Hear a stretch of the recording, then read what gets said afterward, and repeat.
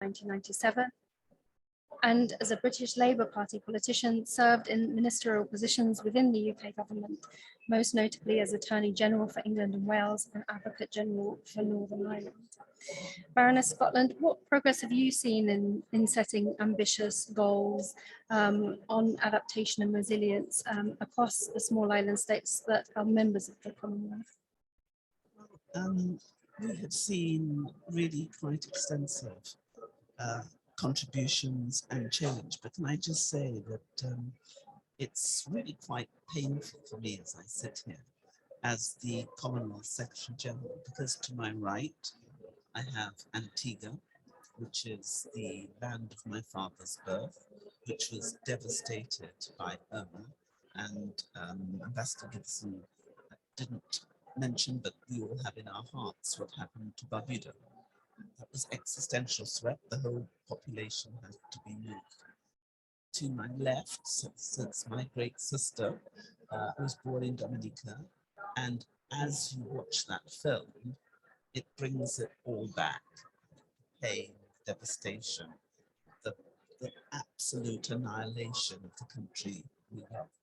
It's really important for us to remember that was 2017.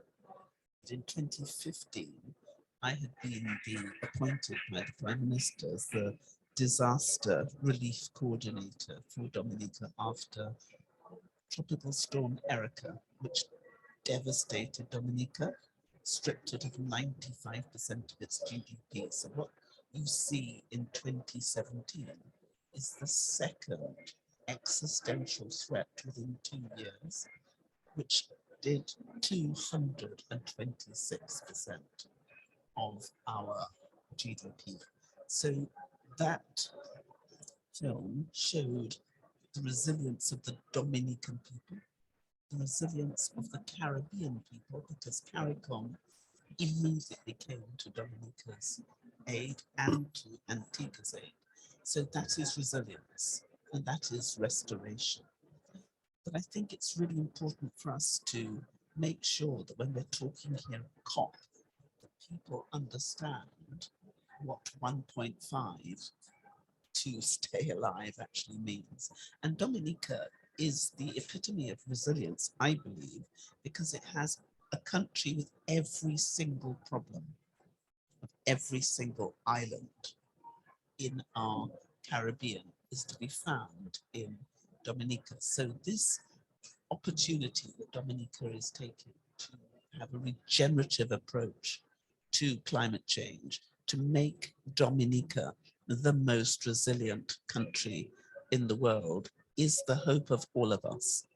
Because what we can do in building forward is to put all the best knowledge, technology, developmental opportunity into building this plan. And I think what CREED is doing is quite extraordinary, and we absolutely have to support it. But what the ambassador said in relation to debt is absolutely true. We, as many of you will know, have got the Meridian system, which deals with both public debt and private debt as we try to build back better. But when these terrible existential events happen, they don't take the debt with it. You know, when the bridges and the roads and the schools and the hospitals are destroyed and they're dumped into the sea, they leave the debt that the countries engaged in to build those behind. And when you build back, you still have to do that. So we in the Commonwealth Secretariat have been working hard in terms of not only creating the legal climate change toolkit to help our member states to get the legislation right, but we've also been working on the technology and trying to work together with all our partners. Oasis, I mean, you see the four of us here, we could all be charged on one indictment, and that's to deliver a resilient future. And we are jointly and severally charged, and everyone on this panel intends to plead not guilty. I don't know about anybody else, but we're fighting, and we're fighting together. So there's a lot for us to do on debt, on on making sure that we have a regenerative model, on making sure we get the finance. And the Commonwealth has created the Climate Finance Access Hub. And as a result, we are able to put climate finance advisors in 16 of our countries. I would like to put them in every single country who wants one. You'll know that we have 32 small states. Of the 54 states in the Commonwealth, 25 of them are small island states. And what you see here happening in Dominica, it could be any of our member states. And the terrifying thing we have to face is this could happen to us again, and we don't know when, and we'd be back to square one. So the Commonwealth Climate Finance Access Hub, with just £1.5 million, has already delivered $44.1 million into the hands of our member states, and we have $762 million in the pipeline. But that pipeline has to be unplugged by the Green Fund, who, as you know, for many months was not operating because of COVID-19 and because they weren't working virtually. That money has to go up because 70% of the money we're getting is adaptation. And we've got to be clear that in getting the 100 billion that has been asked for since 2009, 50% has to be adaptation, because what we're talking about today is adaptation. But I think we also need to just underline what's just been said. Billions was promised to Dominica, billions. And how much was actually delivered? And it was the resilience of the people of these islands who have built back better, and they have built it almost on their own. So I think one of the biggest things we have to hope for now is to push to make sure that at this COP, the promises that are made on money are actually delivered. And there have been a number of things that have happened that as we go forward, I can tell you a bit more a bit later about the promises. But one of the things I hope all of us will do is every single person who has made a pledge, we have to make sure they deliver on that pledge and their lives are made unbearable if they don't. If we have to shame people, I think we'll have to shame them. But they have to deliver on the promise. If we are to survive, if our small states are to survive, and if they're actually to have a tomorrow. Thank you. So I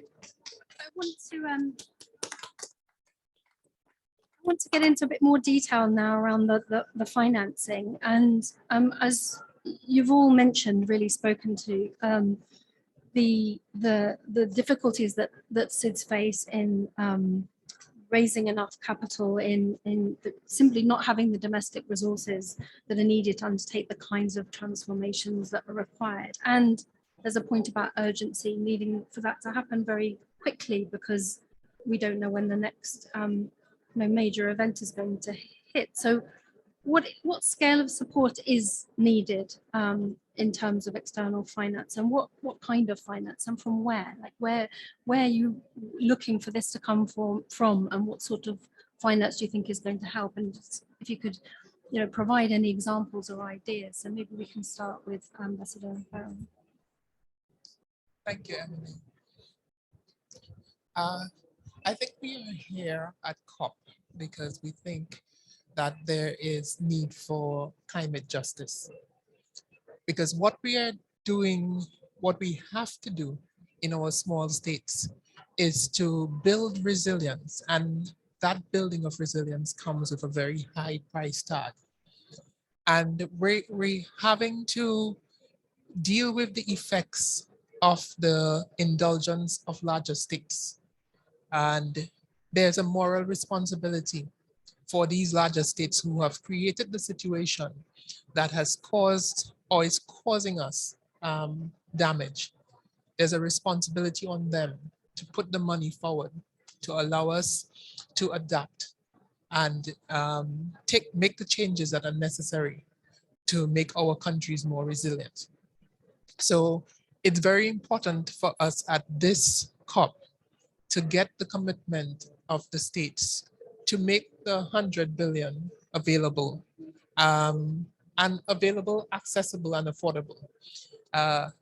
because we have had the challenge of being able to access, for example, funding from the Green Climate Fund. Yes, there's funding available, but being able to access it and access it in a timely manner has been a challenge that we all have faced as small island states. And where you have to wait for almost 5 years before you can begin a project that is funded by the GCF, it's simply not acceptable. Sometimes you present a proposal, and by the time the funding becomes available, the scope of the project has changed because you've been affected by a hurricane. And this is the reality that we face. So we're calling on the developed states to step up to the plate, to make the funding available, to make it easily accessible to us.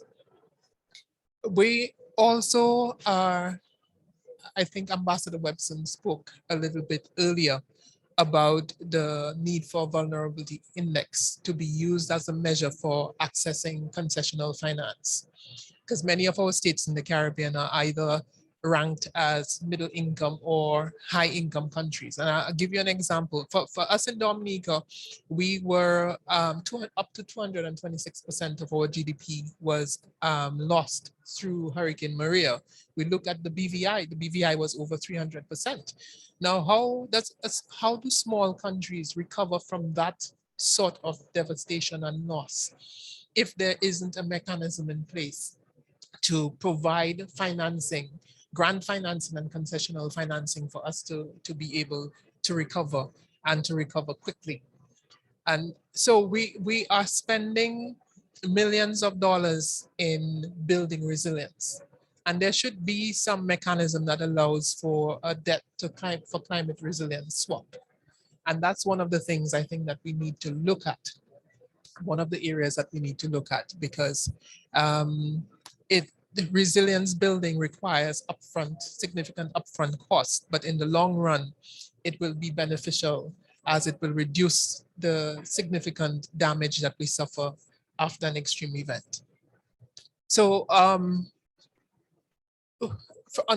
the bilateral level, we also have to explore partnerships with others to be able to deliver on some of the things that we want to deliver on. So we have ambitions for building resilience in our infrastructure. So there's need for support in that area. We have, for example, in Dominica, the intention to become a global center for agricultural resilience. And so there are organizations that we can look to for support in building that and in creating an example for other cities that can be scaled up appropriately.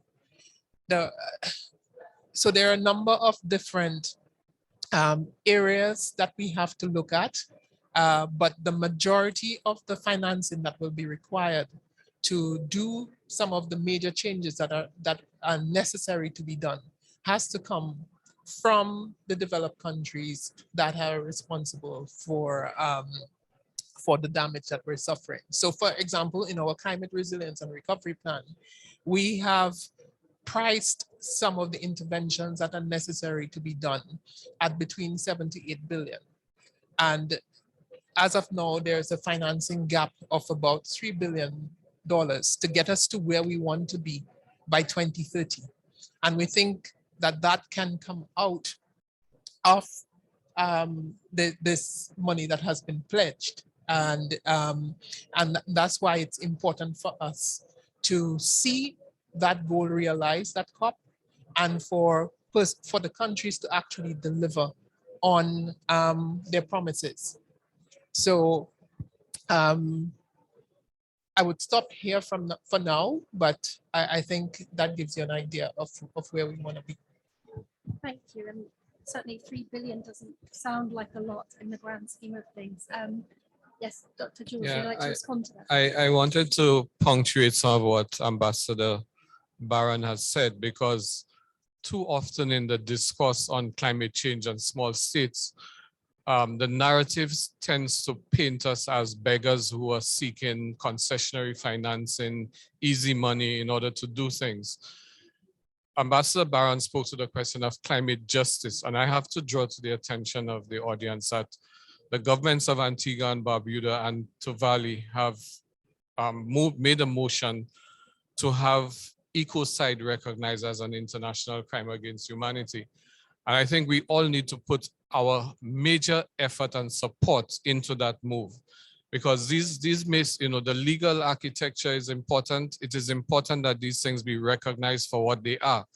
And our diplomacy has to become much more aggressive and juxtapose that effort with other things that are happening. When we look at the amount of money spent by the G20 countries on arms, the amount of money spent in the many wars that have been fought in the Middle East and Afghanistan, just the cost of one Trident missile would put Dominica in the clear for its resilience efforts. So we have to ask ourselves, how serious are people on the international stage when they talk about helping SIDS, building resilience, fighting climate change? You don't even have to commit. If you don't want to commit to the 1.5, at least commit for a major cut in your arm in this ridiculous arms race that is destroying mankind, and put some of that money into resilience building and adaptation. Great, that's an excellent point, and I think the more aggressive diplomacy is absolutely what's needed. I think that's what's happening here, but maybe not enough and not outside of the COP negotiations. Debt swaps for nature and all of that. The instruments are there in order to facilitate the flow of resources. It is the politics of the thing and the major interests that do not have an interest in the survival of mankind that are affecting this effort. Yeah. Would anybody else in the panel like to follow up on that and respond on other reforms that you would like to see, other important changes that need to happen? Thank you very much. Thank you very much. Thank you very much. So I'll just make a couple of comments because both Ambassador Byron and Dr. Jules have almost said it all.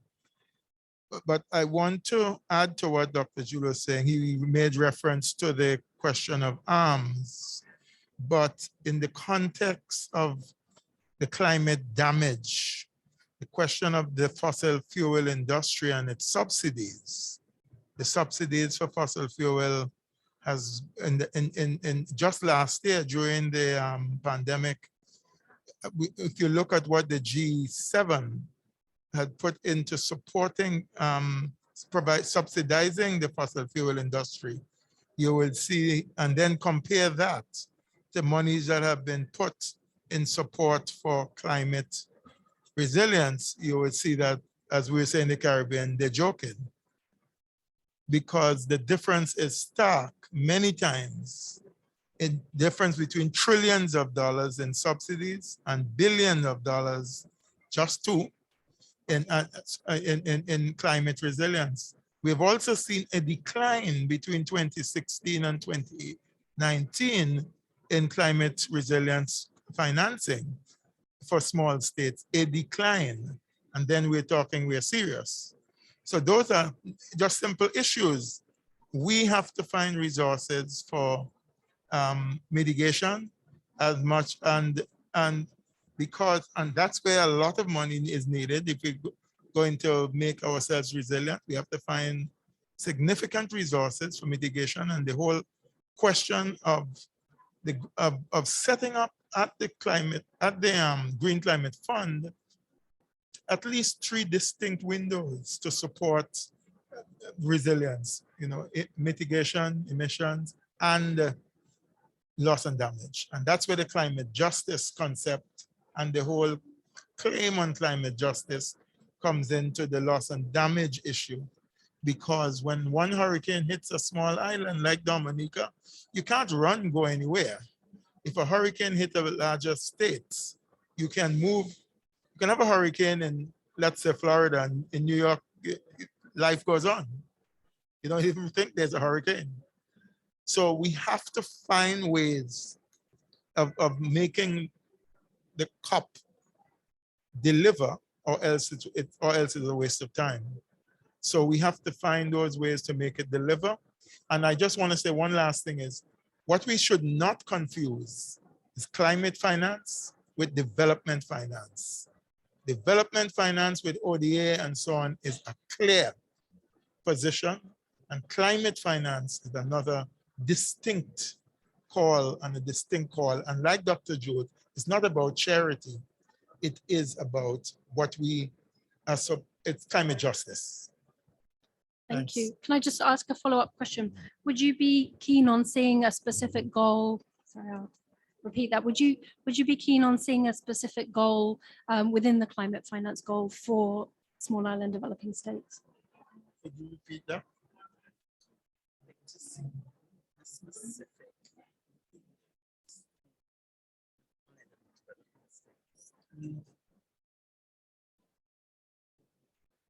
That question was asked to me again, right? Yeah. Well, a specific goal for small states. Now, what we would like to see is a specific window within the financial architecture that small states can have an access for themselves. Whether that goal is, what that particular goal is, we don't know. What we've been making a goal of, what we have been saying and have had assessment of, is the overall need has moved from the 100 billion into trillions now, if we were to take it out to 2025. When we're talking about 100 billion, that's a 2009 promise. Things have changed dramatically. We would like to see that completed, which the goalpost seemed to have been moved to 2023, but the actual target is well beyond the 100 billion now, and that includes the challenges to small states, some of which are sinking or drowning, if you might, and therefore the overall goal is beyond that. But we would love to see, and we've been talking about it at the United Nations, to create a window, specific window, especially in times of special circumstances for small states. Thank you. And Dr. George, did you want to follow up on that? Oh, Could I just, please go ahead. Yeah. because I think it also comes back to this issue of the Universal Vulnerability Index. That Universal Vulnerability Index, which the Commonwealth Secretariat has been developing, and we're pushing hard with all the partners here, the OECS, all of us are saying that this is a vital component.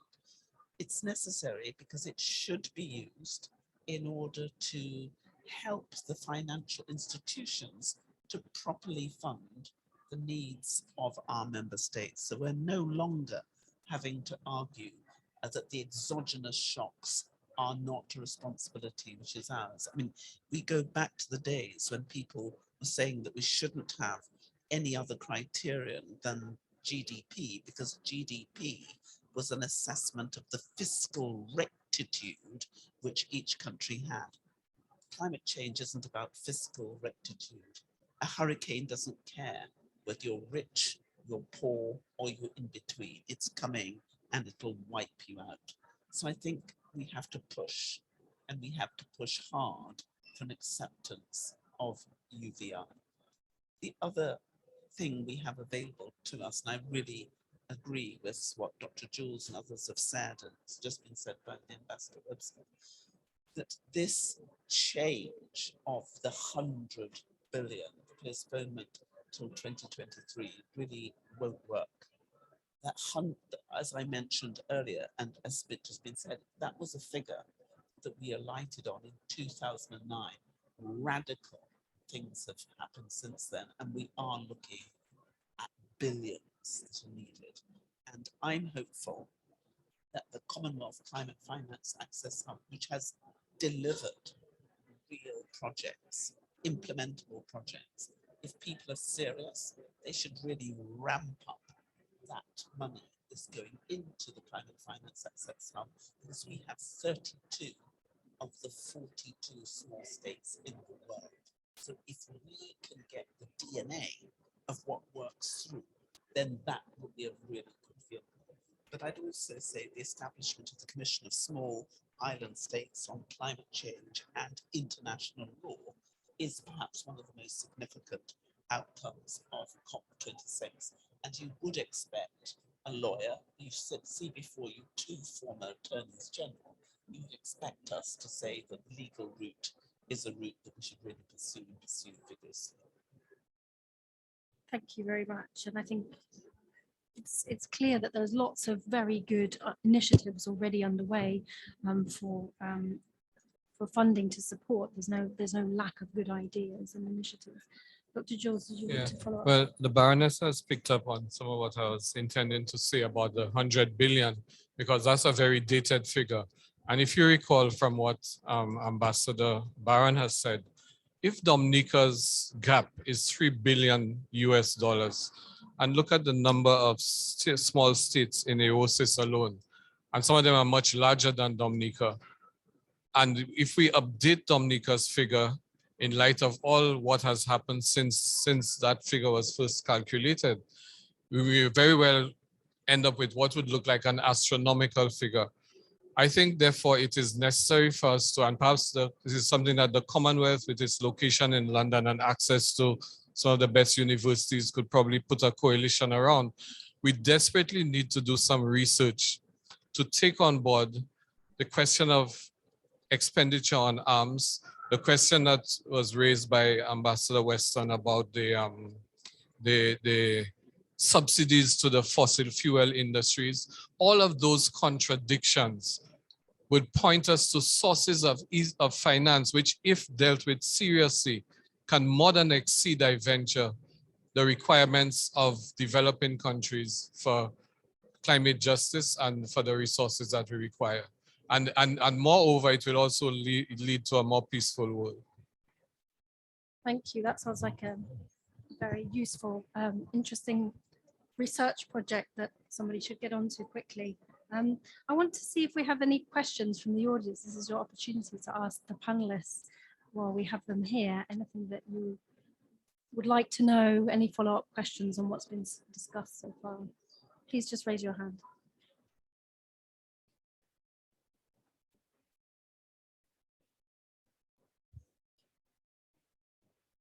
Thank you. My question is basically, I think in the room we were speaking to the converted, and I wondered what would be the next step. This is my first COP, and I last week I kind of ended a bit on a hopeful leg, and now seeing, especially speaking to persons from within the region, I am starting to question what comes of this after the lights turn off at COP.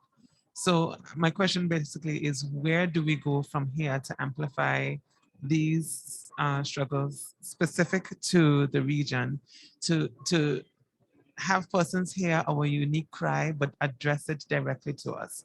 Because even as we get grouped into small island states, even that sometimes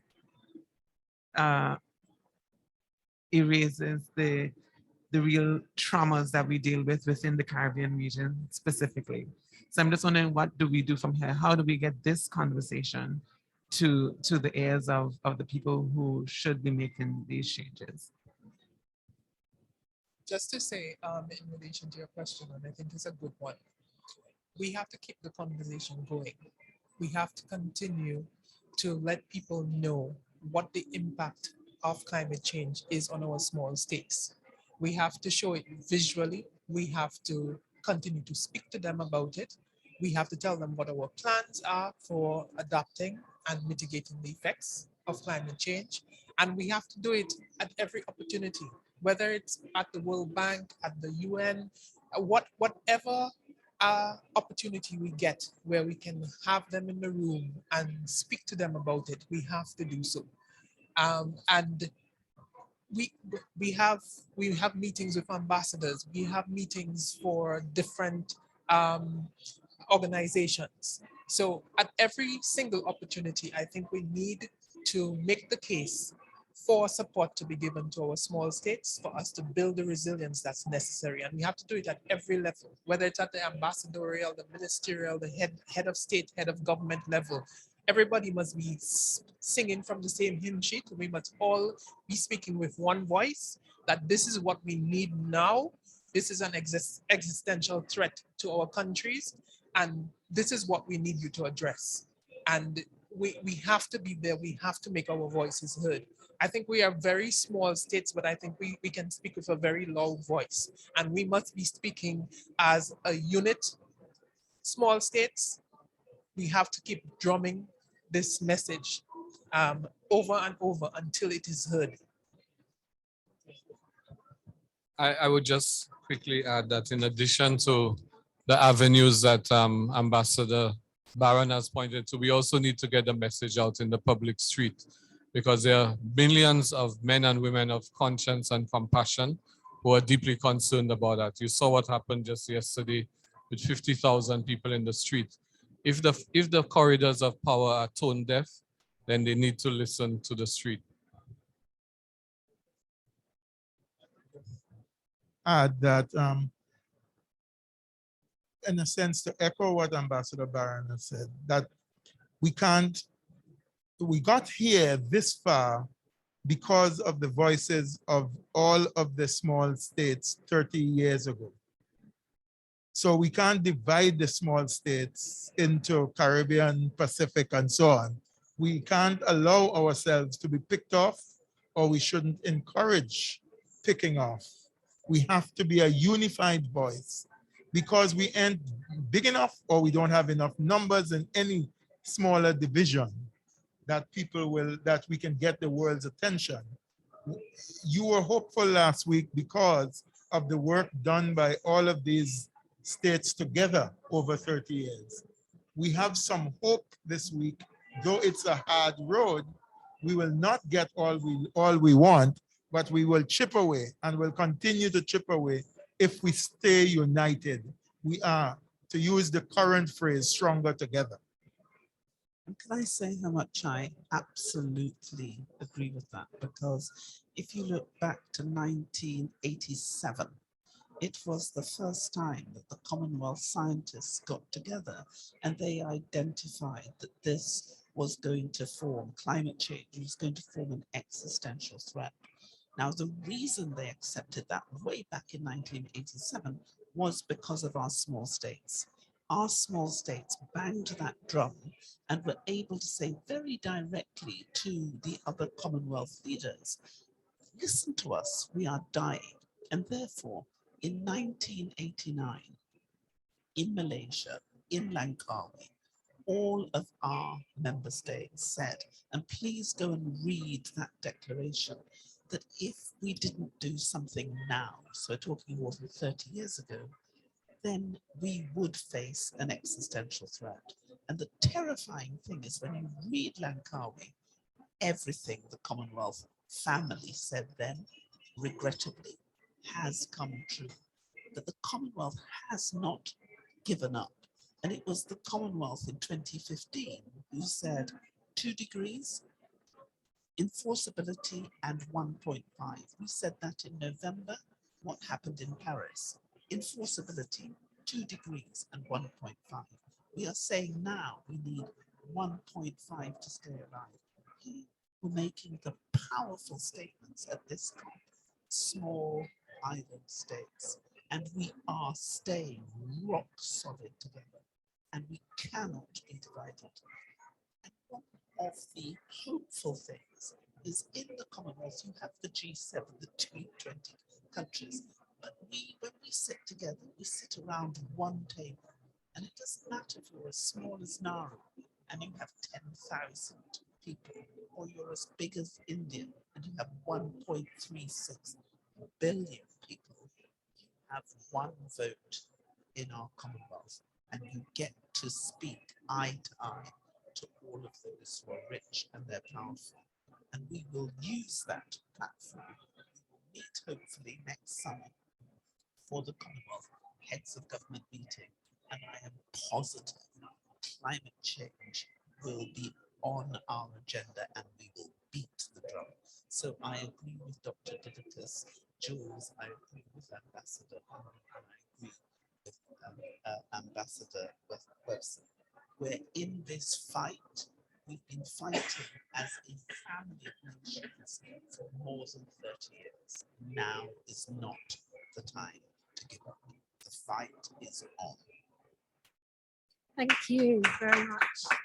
And good question. I'm not being told we need to finish, so we do need to finish. We do need to finish. I'm sorry. Maybe you can follow up with your question after the session. Thank you so much to all the panelists for a wonderful discussion.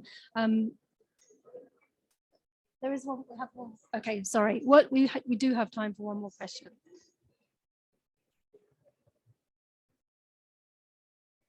I'm pleased to join my ambassador and Commonwealth Secretariat and Delegates Jews and my sister from Dominica. Let me say quickly, when you think of the $100 billion, think that it took $90 billion for the recovery of Puerto Rico alone. $90 billion for Puerto Rico alone. So that puts the $100 billion in perspective. And I would just wish to say, this is a very rich presentation. I'm very proud of my ambassador with his wealth of knowledge. But one of the things that is missing, which Didicus, you will appreciate, is the importance of educating our young people. It's time for climate science to be taught in our schools. And I'm hoping that out of this COP will come a movement, and you've been an educator before, and are still an educator, that within the OECS, we might be the first region to introduce that in the curriculum. We are working on it. I would love to see that, because the reason the young people should not be on the streets, the young people should be in here, the young people should be in the rooms of our parliament, should be in the place of our parliament speaking climate science. It is the greatest threat to humankind now. And whereas we might think that it's late, 30 years, if we had started 30 years ago, just imagine what the movement would be today. I think we would see a lot more changes. Thank you. All I can add to that, Ambassador, is the fact that the OECS, sorry, is that the OECS is actually in the process of finalizing a curriculum for climate change that is going to be included, and we're developing a portal, a digital portal for, especially in light of COVID. But so I think this is what you've said is well encapsulated in an Apache saying that we do not bequeath the earth to our children, we borrow it from our ancestors. And that is where we feel. Thank you very much. Thanks to our wonderful panel. It's been a great discussion. I've really enjoyed it. Sorry, we've gone slightly over time, but I think it was really well worth it. So a big round of applause to everybody.